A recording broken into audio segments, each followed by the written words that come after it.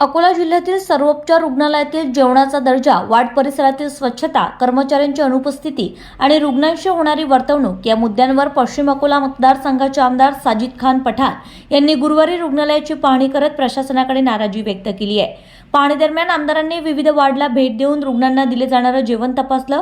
जेवणाचा दर्जा समाधानकारक नसल्याचं निदर्शनास आल्याने त्यांनी तो तात्काळ सुधारण्याचे निर्देश दिले।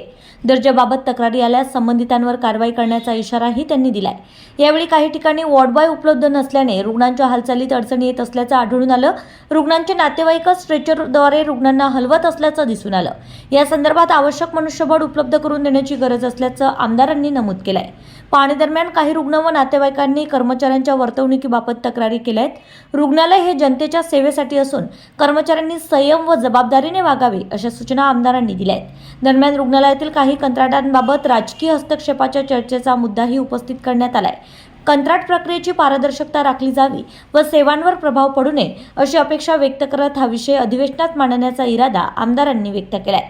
पाहणीनंतर झालेल्या बैठकीत रुग्णालय प्रशासनाने मनुष्यबळाच्या रिक्त पदांमुळे व इतर प्रशासकीय अडचणींमुळे समस्या निर्माण होत असल्याचं सांगितलं। रिक्त पदे भरण्यासाठी पाठपुरावा करण्याचं आश्वासन देत रुग्णालयातील सेवा सुधारण्यासाठी समन्वयाने प्रयत्न करण्याची गरज असल्याचं आमदारांनी स्पष्ट केलंय। सर्वोपचार रुग्णालयातील परिस्थितीबाबत प्रशासन पुढील काळात कोणती पावले उचलते याकडे नागरिकांचं लक्ष लागलंय। जनअभियान न्यूज मराठी अकोला प्रतिनिधी MJ गौरवे।